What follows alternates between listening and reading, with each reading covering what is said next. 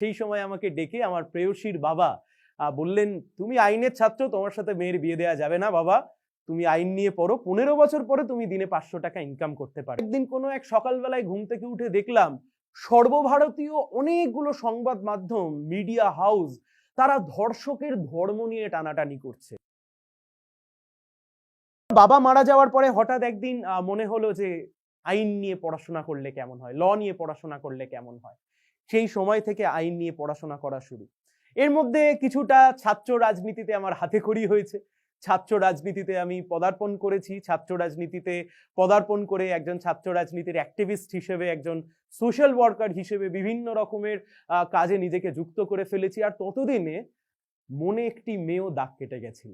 ততদিনে একবারের ওই যে হয় না, ওই পেহলা নেশা পেহলা খুমা, নতুন প্রেমের ওই যে গান, প্রেম তখন ছুটছে, আমিও দৌড়চ্ছি নিজের মনে।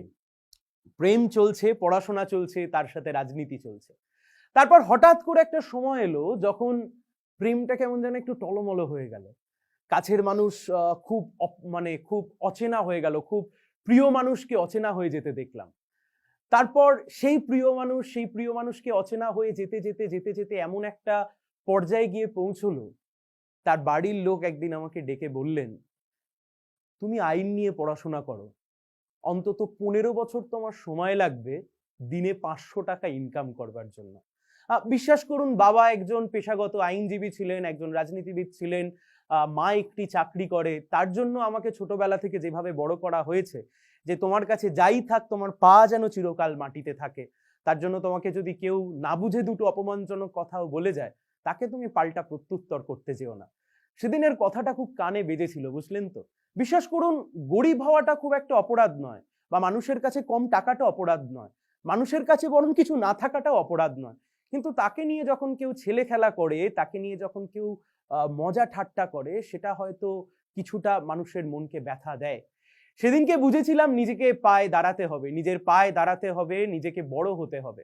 2014 সাল, তখন আমি আইনের তৃতীয় বর্ষের ছাত্র, তৃতীয় বা দ্বিতীয় বর্ষের ছাত্র। সেই সময় আমাকে ডেকে আমার প্রেয়সীর বাবা বললেন, তুমি আইনের ছাত্র, তোমার সাথে মেয়ের বিয়ে দেওয়া যাবে না বাবা, তুমি আইন নিয়ে পড়ো, 15 বছর পরে তুমি দিনে 500 টাকা ইনকাম করতে পারবেন। বিশ্বাস করুন, কাউকে ছোট করে বলছি না। আজকে 2023 সাল, আপনাদের সামনে যে এক্সপিরিয়েন্স যখন আমি শেয়ার করছি, সেই সময় আমি কি গাড়ি কিনলাম, আমি কোন বাড়িতে থাকি, আমি কি ফোন ব্যবহার করি, আমার লাইফস্টাইল কত উচ্চমানের, সেটা বড় কথা নয়।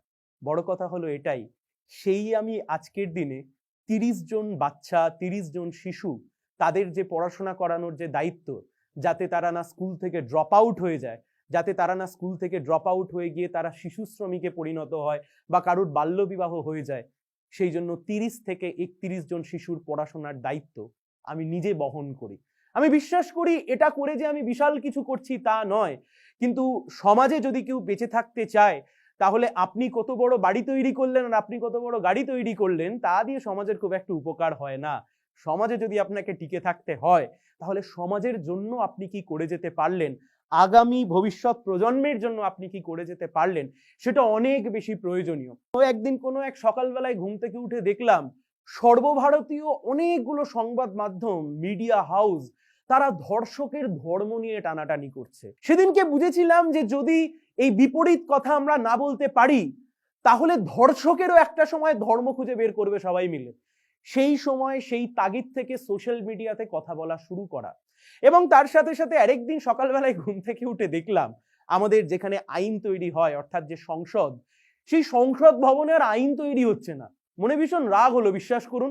কিন্তু ওই আমার কথা কি দেখাবে? এত বড় বড় মিডিয়া হাউস, তাদের এত বড় বড় বাড়ি, এত বড় বড় অফিস, তাদের এত বড় বড় সাংবাদিক, তারা কিসের জন্য আমাদের কথা দেখাতে যাবে, আমার কথা কেন বলতে যাবে আমি যেটা বলতে চাইছি। তখন ওই কথাটাই কানে বাজলো, ইয়া জিম্মেদারি উঠা ওসে বদলনে কি। আমার প্রথম ভিডিও, আমার যতদূর মনে আছে, 1,50,000 মানুষ দেখেছিলেন। সেই পেজের সেই সময় লাইকের সংখ্যা ছিল 9 আর ফলোয়ারের সংখ্যা ছিল সম্ভবত 30, খুব ভুল না করলে। কিন্তু মানুষ পছন্দ করেছিলেন এই ভাবনাকে, মানুষ পছন্দ করেছিলেন এই কথা বলাকে, মানুষ পছন্দ করেছিলেন যেভাবে কথা বলার ভঙ্গিতে সাধারণ মানুষের সামনে এই কথা তুলে ধরতে পেরেছিলাম। তারপর রেগুলার বেসিসে ভিডিও আপলোড করা শুরু করি। তারপর একটি খুব বড় একটি ন্যাশনাল হাউসের থেকে আমার কাছে ফোন আসে, একটি মিডিয়া হাউস থেকে, যে তারা আমাকে প্যানেলিস্ট করতে চান। আমি বললাম, কেমন প্যানেলিস্ট করতে চান? না, আপনাকে আমরা প্রতি মাসে টাকা দেব, তার বদলে আপনি অ্যাডভোকেট হিসেবে আমার প্যানেলে বসবেন।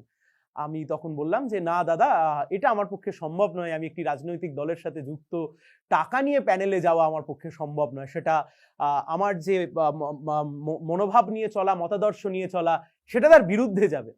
তার পরবর্তী সময়ে আরেকটি চ্যানেল আমার সাথে যোগাযোগ করে এবং তারা তখন তাকে বলে যে আপনি আসুন, আপনি অ্যাডভোকেট হিসেবেই আসুন, আপনার যা কথা আপনি সেখানে তুলে ধরবেন।